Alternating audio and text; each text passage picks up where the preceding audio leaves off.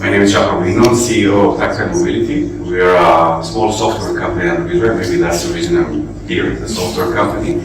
As a pure software solution, what we do is basically embedding a very lean software inside the chassis ECU, learning from existing sensors of the vehicle, applying signal processing, machine learning, etc., and providing insights which we call virtual sensors. We talk in hardware like processor and sensors, but we are actually a pure software. Those insights can improve the safety, can improve performance of the vehicle. The other side, which we I think also talk here about in the discussion areas, we're uploading some of those insights to the cloud, allowing to create what we call tactility maps that can improve better ADAS solutions and more. So we will address all those sides of the software. Thanks a lot for your introduction. And this, you see that the panel is really showing different users of this software-defined vehicle. But I would like to start by a very short answer from you. Benefits, challenging of software-defined vehicle from your point of view. So maybe Shahar will start. Well, the main, I think, benefits is the fact that the software is more flexible. We heard about complexity of software with the different OSs, etc. But down the road will be much more simple to upgrade the vehicles. And just to say one thing, when we met OEMs, they put up the telephones that we wanted eventually to work like the phone and full OTA, etc. And you can do that, of course, only with software. You cannot do that when you have so long hardware processor. So that's the first thing, the speed, and we spoke also about the importance of speed here to improve the vehicle's safety via all the trends from autonomous to electrical. That's the main thing. Yes, to me the main intent is how to create the value for the customer. Now the trend is software-defined and electrification basically, and they go hand in hand when it comes to artificial intelligence or data-driven development or the user experience actually.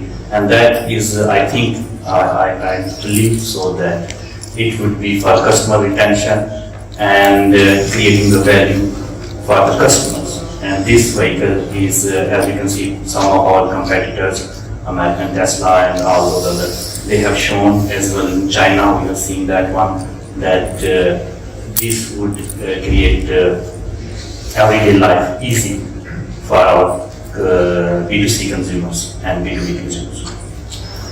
Yeah, building on that like customer relationship, I think that's in the passenger vehicle space super important. What is interesting is if you look at the benefits in the commercial vehicle space, because there we have a pure focus on uptime, because every second the vehicle is down, it's actually pure money for our customers. So in that sense, if you then can show the benefits of telematic solutions and connected vehicles, as well as improving based on your customers' feedback and building that relationship, that's where the value of that software-defined vehicle is really kicking in. And I think there's still a lot to do and a lot of potential on that side, because we basically, I think it's pretty well defined from the hardware setup or architecture standpoint, how these software-defined vehicles could look like. It's also pretty well defined on how we build up the software stack, but it's only OEMs now to really define, okay, how can we really leverage that benefits from software-defined vehicles. And Stefani, your view on the challenges or benefits? I'm viewing at the benefits as well. And I just would like to add to Shafiq as we are looking at the customer experience, and he was quite briefly, and we want to have our customers to be able to personalize their cars so that they fit their needs and desires. And we also are looking at the second market. So imagine you buy a vehicle which is perfectly fitting in terms of engine and color and whatever, body, but you are missing some features in that car which the first owner just didn't purchase. and now you are able to purchase features like, I don't know, navigation or other light functions. And you also can subscribe those features, so use those features for the time you need them, and you don't need to buy it actually. And that's, in my opinion, the most benefit for our customers, really this personalization, so that they have really their own personalized vehicle. Okay. And a lot of people are talking about cloud solutions for the software-defined vehicle. Personally, I'm not sure that the cloud solution has a more secure and more safety-based solution. So, how do you foresee this need for safety, for security? Because we will talk later on about monetization, but if the solution is not secure, it will be difficult to get any money from that. So security is very important. Safety, of course, is a core part. So how you think that we need to ensure, or how are the requirements in terms of safety and security for the software-defined vehicle to allow you to do services or services? Who wants to start? I'll start. You know, it's funny when you mention cloud solutions as a security issue, we relate to the actual functionalities of software inside the vehicle much more requires a lot more regulation and security and make sure that it is accurate, etc. And in the cloud there is a little bit more flexibility, other than the cyber security issues that companies are addressing. So it's at least on our perspective, it's the other way around. The cloud is the first phase to implement a lot of solutions. Yes, cybersecurity needs to be addressed. I'm putting it aside for a second. In order to make sure that other functionalities that are related to safety inside the vehicle or under the car, onboard solutions, etc., whatever you want to call it, are matured enough in order to be implemented inside the vehicle. So that is one advantage of the cloud enhancement or cloud solutions other than monetization. The second thing is that the cloud allows us to really learn more about features in the vehicle and improve them further on in the future. So, and the main thing, of course, of cloud solutions is monetization, where you can gather a lot of data from hundreds of millions of vehicles and monetize it to various third parties, etc. So I will add on this one. All the safety critical systems, like personal vehicles or business vehicles, they are safety critical systems, and we have been putting utmost attention to all those systems quite deeply when we are putting there.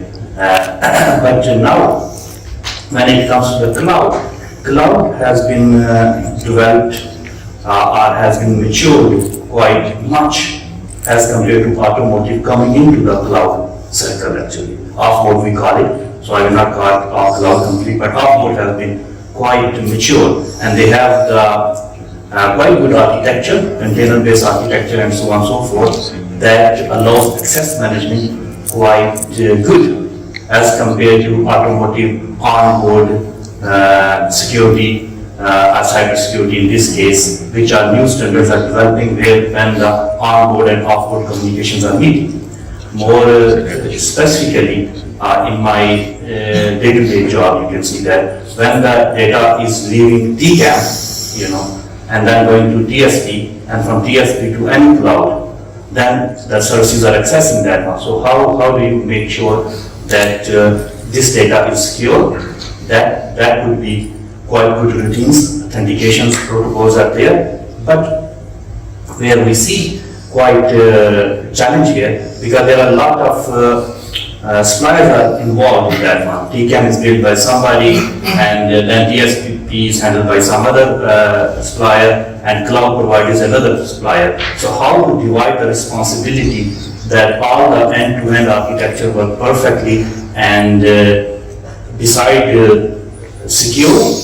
that it should not drop the services in between, that you should not have a bad user experience when you have connected car. That is much challenge as compared to security. And the second which I see from my experience, is that how do you manage multi-cloud? Because now cloud, there are 3 big cloud providers actually, and how we can handle this cloud, multi-cloud strategy. Because data is being pushed from mobile or from vehicle or from other devices like charging station and so on and so forth. Bank monetization like banking, insurance, they have their own cloud. So that is what we see quite challenging, that how to manage in such a way that data is, okay, of course it's secure, but how the things will not fall out within the different stakeholders. This is one thing. And the second is GDPR. It is quite important that the user of our, I'm going long maybe, but I will close this one. The GDPR is quite good actually, that it is not the vehicle profile we are talking about. It is the same vehicle which I have, my son, my wife, my friends are using. So how that profile is secure all the way to the cloud, and how it could be revoked, or the permission for the services can be revoked, and how many actors are involved in that one. So these are the 2 big challenges, and multi-actors, multi-platform, and how to comply with GDPR in that one. So, but in whole, I see cloud technologies, our cloud provider has done quite much to secure the cloud communication. Maybe we jump just to stay on the privacy, because you talk about personalization, and if you want to do personalization, you must store private data. Absolutely. So thank you. And I just would like to add on Shafiq. So GDPR is also our topic in data security and data privacy. And if you want to personalize your car, you need a Mercedes-Me profile. It's just the same as an Apple ID, so you have your own profile in the Mercedes-Benz ecosystem. And the third thing is that you have a maximum of transparency on which data you have stored within your profile, and you also can decide which data you want to have stored and for which it should be used for. It's quite simple and transparent for our car drivers to handle their data in their profile. And the second thing is you are able to store your payment data also with your Mobilisights profile, which means basically you store, for example, your credit card data in your Mobilisights profile. The advantage of this is you can use then this for one-click checkout in the entire Mercedes-Benz ecosystem. It's just the Amazon way. You know, you buy at different shops of the Mercedes-Benz ecosystem and can always reuse your already stored credit card data or other payment methods. And for that, when we hold the credit card data of our customers, for sure we need to secure this data, and therefore we are PCI DSS certified, which is the credit card industry standard. It's focusing mainly on data security. And as we are Mercedes and we traditionally have very high security standards, we also have the certification on the highest level, although we are not, in terms of the volume we are processing, not asked for the highest level, which means we have an audit every year for 1 week with an external auditor who checks our processes and systems in order to fulfill that standards. And that's what we are doing in securing our customers' data. Okay, just one point to add. Because GDPR is such a fun topic. I think GDPR in Europe is actually quite a good framework, because it gives us quite a stability in how to build up these services. And B, modem activation is king, like for software-defined vehicles to be successful. If you look at fleet customers, it's not owner is the driver relationship, it's actually owner, driver, works council, and all other stakeholders. And to bring this to life in a commercial or fleet business, you have to really bring these players together, show them the benefits of software-defined vehicles, and then we see with larger fleet customers that there's huge potential to be gained. Okay, and back to automation and telematics, and do you have specific requirement in terms of security, reliability towards SDV, or? I think traditionally OEMs, like the traditional OEMs, have very high requirements when it comes to these things. Also due to cases that were active in the US in the past, we have very high standards there. Okay. And for the sensors and for virtual sensors, you have some specific requirements or specific hopes towards SDV? We have a lot of hopes on that. Let's take one small component in the vehicle, not so small, which are the tires, for example. It's the most important subsystem in the vehicle in terms of safety, and I don't need to explain why. And this is almost neglected completely. For many years, it was sort of the OEMs are making cars, and then we choose Michelin, we choose Goodyear, whatever, and deal with that one change to a Chinese tire, that's fine as well, knock yourself out. And you can hardly find a lot of technology, software-based technologies that are related to tires. We all know the DPMS, and basically almost this is it, a little bit more than that. One of the things, just take that subsystem in software-defined vehicle, and also systems like that were completely not software-related, can be addressed much better. A lot of people are dying because they don't maintain their tires well. I will not give the numbers in the US, but it's horrific. Just because they don't know that the tire is too stiff, they don't know that the tire tread depth is just too low, and nobody tells them that. They rely on the garage to tell them, listen, you need to change the tires. Yeah, maybe not. I'll change it. These type of things, and not only of course the tires, systems like that, through sensors, through better technology, through updated technology, and it cannot happen in one day, of course, will be part of the implementation of SDVs in the future, allowing to better support all the other major trends like autonomous vehicles and etc. Okay. So think about the questions, because I will stop during the, so be prepared to ask some questions for our panel.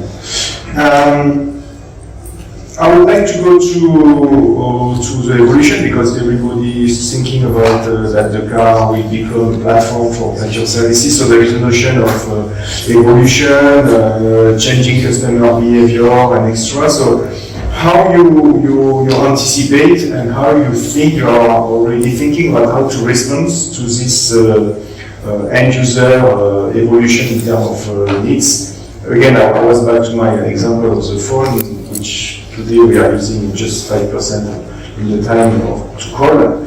So how you foresee that, how this impact your strategy, and how you think that we are already on this train to be open to add very various type of services or various type of new services. Stefani, maybe you are more in front of customer demands, so maybe you will start. Yeah, sure. So currently, regarding all these e-car services, we are providing for our customers in order to personalize and ease their life with their vehicles. We have services which are very tight coupled with the car, so you can purchase all these beautiful software upgrades for the cars. But you also can pay, for example, for fueling directly in car, or for parking, tolling, charging for sure. And these are the use cases which are currently live in lots of our countries. And I think you can imagine whatever you would like to have in terms of mobility, and what our customers would like to have. And so we are listening to our customers, and if they have wishes, what they would like to do directly with their car. And I like this telephone example very much, because if you think about 10 years ago, I bought my mobile phone just basically to have a telephone. And now I organize my whole life with this telephone, which is a software device, and in our imagination, the car will evolve like that. So we are just at the beginning of the journey, and you can imagine everything you would like to do with your car, and we would try to provide this one. Yeah, and maybe one example from my private life. So I have always a quite big Mercedes with a big engine. Why? Because I have horses and I need some power to pull a trailer with horses. And therefore this car also has the potential to be quite fast on the German motorways. And I have a really nice nephew. He's now 19 and he's just a beginner's driver, I would say. And a few weeks ago he asked me if he could get my car because he wanted to go to a concert with friends. And I thought, oh my god, my 300 PS car and my really nice but young and beginner driver nephew. And I'm really glad and thankful that my wonderful colleagues from R&D developed a software package which is called Beginner's Driver's Mode, and you can imagine yourself as a kind of anti-tuning. So if you put this one and it's activated in your car, the top speed is limited to 130, and also the car behaves much smoother. So acceleration is smoother. You can't switch off the EPS system and things like that. And so I just activated this one for my nephew, and so I could look into the eyes of my brother and was quite sure that my nephew will come back. And these are things which really is your life, and I think there are lots of things what you would like to have with your car, which we maybe do not know today, but which will evolve. Well, when you brought back the car, he said, oh, I anticipated more from it. Yeah, I think he was not too happy about that, but I could go to bed and sleep well. I think there's two things to software-defined vehicles when defining that platform. A, it's about complexity. Like if you, especially as a traditional OEM, we heard in the morning sessions, that we do have to also service a lot of our internal combustion engine fleets and stuff. It's super important to keep that complexity low, and that also organizational piece. So shape the organization so we can build down the complexity and be able to actually free up capacity to develop these features. I think that's super important. B is you're actually building a platform that's not just limited to your company, it has to be open to other companies as well. And that's super important to gain the benefits of SDVs. So there's consortiums like Covisa, Eclipse, and others who are helping us. And for commercial vehicle customers, I just want to bring it to that perspective. It's also a lot of outfitters, for example, camper vans. They cannot really benefit from being able to work together with us and not create a separate system. And in terms of new services, in managing fleets, do you already foresee some new services that you are thinking about thanks to this new platform? And not sharing Okay. I just think there's a lot of potential there. We have launched a couple of services. We do offer telematic services to larger fleets. We do have, for example, a live service where we have agents who call customers if their vehicles are breaking down, and they can directly connect and see the vehicle data. Our dealers can look at vehicle data for 60 days that are connected, so they can see how the vehicle has been treated in the past, if there has been issues before. So all of this combined, and you're basically building an ecosystem here. It's going to help. And all these services basically how normally in our group or in my team we try to find how it brings the value. It could be personal value or it B2B value actually. How we can get the customer satisfaction, and some services might not be used that often, but they are very critical, like these telematics services that the dealership, your car will not break down that often, but sometimes it will happen. So these services are open. And the second, I believe that we, in my generation, some sitting here on this, except maybe, but we grow up with the different mindset. We have different kind of services in the mind. But when we are driving the platform or the services for the next generation, as Stefani told, 19 and below 19, then those services, we should have designed the platform in such that we can accommodate Tactile Mobility's app, coming from the third party, or some other services which are in demand actually. We should not fight when it comes to the THU resources or, OVDI connection and stuff like that, and the DHU, so on and so forth, and also the cloud common data. So when you ask this question that what services we are expecting here, or what kind of services we are building, so this is one of the questions which we cannot answer now, but we can provide some kind of a platform, just like cloud, off-board cloud, AWS, Google have provided some kind of a platform that they can accommodate third party like Spotify, Tactile Mobility, and also so that kind of services can give the benefit at the end to our customers. Okay, so one more small point about the additional services. We spoke about in the previous discussion about 150 ECUs in one vehicle. And when we are talking with OEMs, we're seeing the trend of having all of these ECUs are very, very weak in terms of processing power, memory, etc. Very, very limited to what they need to do. We see now that there is a major trend of all OEMs towards 2025, 2026 to have a domain control unit that will be in charge with a much stronger processing capabilities, memory, etc.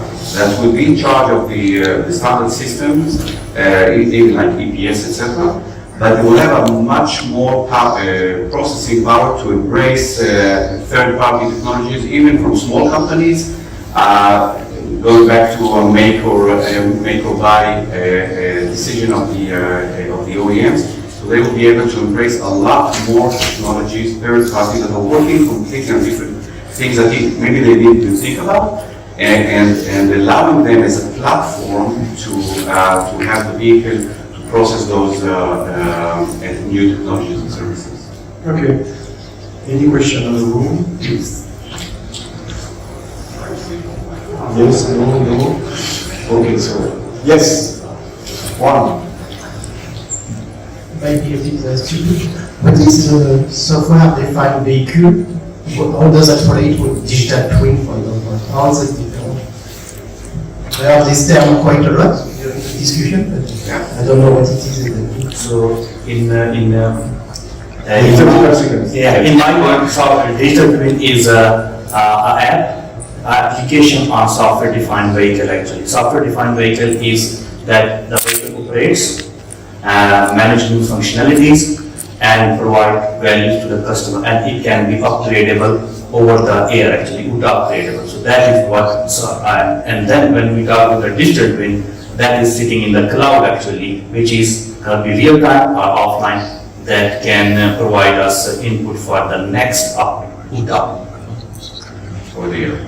Yeah, over the air. Just to add, it's also a different approach in how to develop that system. Like we used to have a hardware-centric approach, where for each function you add a different piece of hardware, basically, right? You want to, and with software-defined vehicles, you shift that around and have it more software-orientated and have a hardware platform you can then enable software or new features to be launched from this platform. To add on this from a business perspective, it really changes the business model of OEMs, because in the past, an OEM sold its vehicles usually to the dealers or to the markets and never saw the customer again. And with those software-defined vehicles, where the driver is able to personalize the car with different software features, you start to have a relationship with your customer during the usage phase of the vehicle, and not a relationship like a vehicle is breaking down and he needs to go to the workshop, which is usually not a nice touch point for the customer, but a relationship where the customer personalizes the cars, has feedback to you, what are the desires and wishes she has with her vehicle, and therefore the business model changes from selling the car and never seeing it again, like having an ecosystem where your customers are in, and I would say have really a relationship with the customers during the usage phase. You can look at it that way, that like, this is not my phrase, but when you, like in the past, when you purchased the vehicle, it was the best at the day of purchase, like it was brand new, clean. With software-defined vehicles, it gets better over time, so it's the worst on the day of purchase. It gets better every day. And by the way, from OEM perspective, it's also a new channel for generating revenues during the usage time of the vehicles, which is, so for example, Mercedes-Benz sold in 2022 had revenues of 10 billion euro, 1 billion euro with software. And we expect by the end of this decade a high single-digit number of revenues only with software for the cars. There is a question here, short one. Hey, I'm Sanjiv. My question is to David. First off, congrats on the transition, man. Okay, so you were talking about building a software-defined vehicle platform, right? Are these platforms agnostic to hardware? Let's say you have an NVIDIA platform, hardware, you have a Qualcomm platform. Will this be agnostic to hardware platforms, or?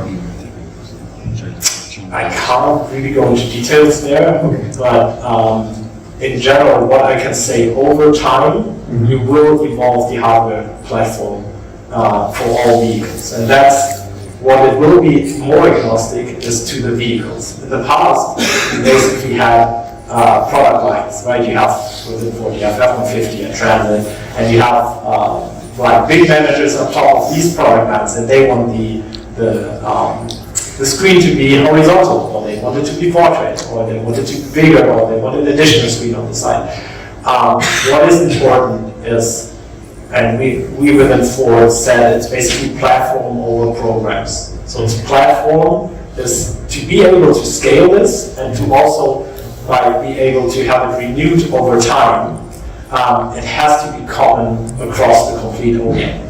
That's one important aspect. Okay, my last question, probably anyone from the panel can answer. How will Android Automotive play into all these? Good question. It is one of the actors. It is the same. You can ask how AWS or Google Cloud will be. So this is one of the, some of the OEMs are betting on Android Autos, and some of OEMs are getting everything in-house. And so my perspective, it is the same like multi-cloud approach right now, and there is space for both homegrown DHU softwares or Android Autos actually. So right now, this bet is not done yet, and we see both are growing and getting the customer share from OEMs. Thank you. Thanks. Okay. There's a question. Yeah. Please.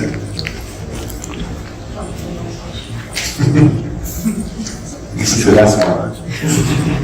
So I just wanted to ask, what are the opportunities that you see in artificial intelligence, machine learning when it comes to SDVs? I'm currently working on V2X, the automated value path interroperability, I can't say this word. So out of interest, I just wanted to know your opinion. What do you think, what opportunities are going to come first, and what do we look to see in the future very soon?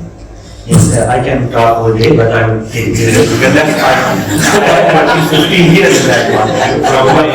30 seconds. So actually, we see that right now, when it comes to the in-cabin AI, I classify all the projects in-cabin, which is personalization. Basically, that would be breaking a lot of LLMs, these large language models and stuff like that are coming into the scene actually. And I see in-cabin AI is the first barrier which will generate the revenue and monetization. The second, which I believe is the architecture-based, BMS, battery management system, in short, and also affecting utilization of the charging journey and other, which is, we call it system-based AI, BMS, tactile mobility, how to virtual sensor and so on. That the second generation will come, and the third generation, will become ADAS, actually functionality. It will come first in robotaxis, like Google we are working with, and those, robotaxi we call it, that will come in the market.